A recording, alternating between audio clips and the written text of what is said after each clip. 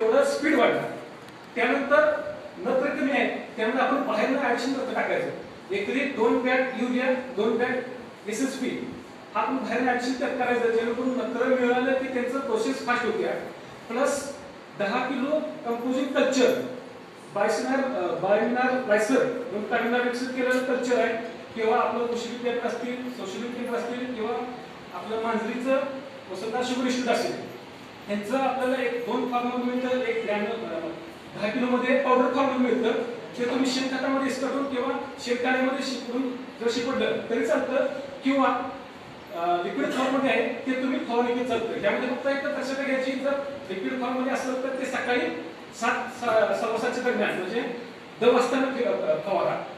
आणि पाचट करताना महत्वाचं टायमिंग आहे की दुपारच्या वेळेतच पाचट करावं, म्हणजे जेव्हा खडखड ऊन असेल वायर असेल तेव्हा पाचट करावं. आणि आता नवीन मशीन आल्या ज्या पंपद्वारे हवा सोडून मग पाचट उडून मग कडकुटी करतं, त्याचं पाचट अतिशय चांगल्या प्रकारे होतं.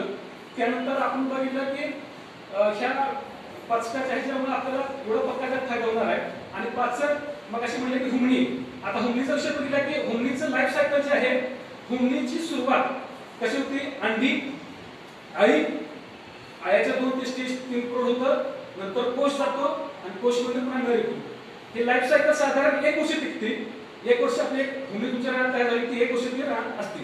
लाईफ सायकल सुरुवात कधी होती, मेच्या पहिल्या पावसाच्या सुरुवातीला, जेव्हा पाऊस एवढा पडतो की 5 सेंटीमीटर खाली पाऊस जातो, त्या पावसाच्या सुरुवातीला त्या हुमणीच्या कोशामधून नर बाहेर येतात. पुन्हा तुमच्या कडुलिंबाचं असेल, पेरवाचं असेल, जांबाचे पान असतील, तिथं त्यांचं मिलन होतं, नंतर खाली जातात, पुन्हा अंडी घालतात आणि नंतर त्यांची लाईफ सायकल सुरू होते. म्हणजे जुलै ऑगस्ट सप्टेंबरच्या दरम्यान तुमची हुमणी आढळते.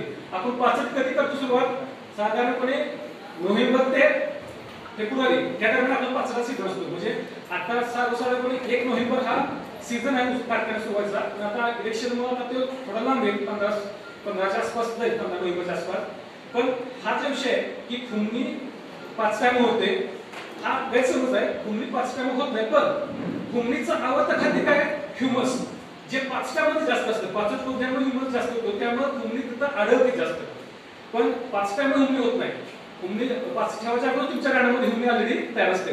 मग त्याला आपला ऑप्शन काय करावं लागेल, तर साधारणपणे आपल्याला मेटारायझिन, बेवरिया बॅसिलिया आणि व्हर्टिसिलिन एखादी या तिघापैकी कोणती एखादी जर तुम्ही बुरशी स्प्रे केली, किंवा आपल्या घरामध्ये साधारण 4 ते 5 पाट्या शेणखताच्या घ्यायच्या, त्यावरती पावडर 1 किलो टाकायची, 5 ते 6 दिवस ते कल्चर करायचं, आणि ते 5-6 पाट्या तुमच्या गाडीत टाकल्या तर ते गाडीत कल्चर वाढतं. जेव्हा तुम्ही ते रानात टाकशीला तेव्हा त्या रानामध्ये मल्टिप्लाय होतं. आता तुम्ही जर बघितलं, तुम्ही वापरता काय, हुमणी आली की पहिल्यांदा तुम्ही जाता दुकानात, हुमणी आली काय औषध देऊ, मग तुम्ही तर आमला घेता, क्लोरोपनाशक घेता, नंतर सगळ्यात शेवट काय ऍसेटा आणि बीव्हीएम म्हणून आपल्याला एकत्र मिळतं. बिवेरिया बॅसिलिया, मेटारायझियम, अॅनोसोप्लिन आणि व्हर्टिसिलिन लेकानी, या 3 बुरशी आहेत त्या, ज्या आपल्या खवले कीड, कांडी कीड आणि हुमणी या 3साठी वापरता येतं. ह्यामध्ये 3 एकत्र येतात आणि 3 सेपरेट येतात. त्यामध्ये ऍप्लिकेशन 2 प्रकार करता येतं, आपल्याला पावडर फॉर्म मध्ये आणि लिक्विड फॉर्म मध्ये. स्प्रे जर केला किंवा ड्रिंचिंग केलं तर चालतं. आणि दुसरा म्हणजे सांगितल्याप्रमाणे 5 किलो आपलं गाडीतच कुजलेलं खत घ्यायचं, त्यामध्ये 1 किलो पावडर टाकायची आणि त्यावरती ओलं नंपाट ठेवून द्यायचं. 5 दिवस ती कल्चर त्या 5 पाट्यामध्ये वाढतं आणि त्या पाट्या हाय अशा ते शेणखत आपलं हाय असं गाडीत टाकून द्यायचं आणि ते गाडीत मल्टिप्लाय होतं. पुढच्या वर्षी जेव्हा तुम्ही गाड उपसणारा नाण टाकणार तेव्हा साहजिकच मोठ्या क्वांटिटीमध्ये तुमची ती बुरशी आहे त्या रानामध्ये पसरणाऱ्या मानवाने मिसळणार आहे. त्यानंतर तुम्हाला हुमणीचा त्रास कमी होईल. पोल्ट्री खतामध्ये चालणार, कारण हीट जास्त असतं पोल्ट्री खतामध्ये नाही चालतं, फक्त शेणखतामध्ये जास्त चालतं. आणि मग काही सांगितल्याप्रमाणे सूक्ष्म जीव आपल्या शेतीला गरजेचे का आहे, की समजा आपल्याकडे जमिनीत तुम्ही कुणी मातीपाशी केलं असलं, आपल्या जमिनीमध्ये स्फुरद जास्त आहे पण ते उपलब्ध होत नाही.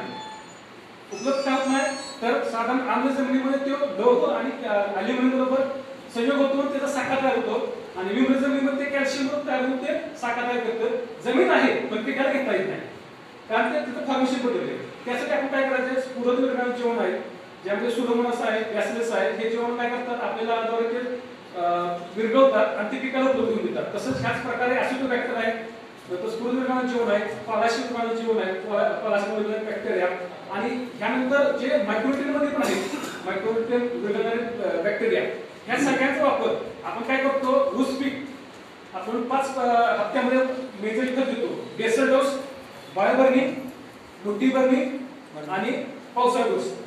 जेव्हा आपण माती आधारित डोस देणार आहे त्यानंतर कंपल्सरी जीवाणूचा वापर आपल्याला करायचा आहे. हे जीवन आहे, कारण आपल्या जमिनीमध्ये समजा जमीन चिमट असेल तर जीवाणूचा आपला आधीच वापर करणे, त्यामुळे आपण आधी एक्स्ट्रा आपण त्यात वाढवायचं जीवाणू, जेणेकरून आपण जे खत घालणार आहे ते पिकाला उपलब्ध होण्याचं काम ते जीवन करणार आहे.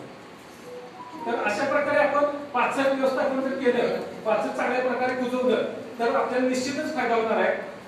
ह्या बाबतीत जर तुम्हाला काही अडचण असेल, शंका असेल, त्याबद्दल चर्चा करूया.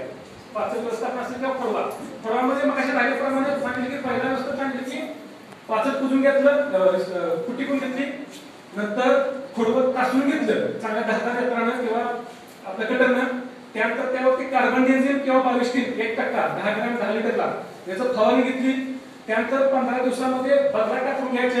बगला टाकून काय घ्यायचे, तुमची भरणी झाली असते 7-8 महिन्यापूर्वी, त्यानंतर पावसाळून गेले असते, रान दबले असते, माती दबली असते, मुळांना ऑक्सिजन मिळावा, मुळा जुन्यात असतील ते तुटारल्या, नवीन फ्रेश मुळा व्हावा, त्यामध्ये माती अडकत व्हावी यासाठी आपल्याला बगला टाकून घ्यायचा आहे. त्यानंतर बेसल आपला सुरुवातीचा डोस असेल तो घ्यायचा आहे, जेणेकरून माती अडून आणि पाण्यासाठी एक वाट तयार होईल. जे बऱ्यापैकी म्हणतात की पाणी जात नाही पाचकामध्ये, तर पाण्यासाठी वाट तयार होईल. आणि नंतर पुन्हा काय करायचं आहे, जे आपल्याला वाट बघून जे तुटाळ आपले होणार आहे ते तुटाळ भरून घ्यायचं आहे. हे जर 5 गोष्टी अवलंबल्या तर तुम्हाला निश्चितच सुरुवातीच्या ह्याच्यामध्ये आपल्याला उत्पादन वाढणार आहे. त्यानंतर आपण बघितले की सरांनी सांगितल्याप्रमाणे जसा अडचणीचा डोस आहे तसाच फळबागाचं नियोजन करता येईल, ज्यामध्ये खत व्यवस्थापन असेल, ड्रेंचिंगद्वारे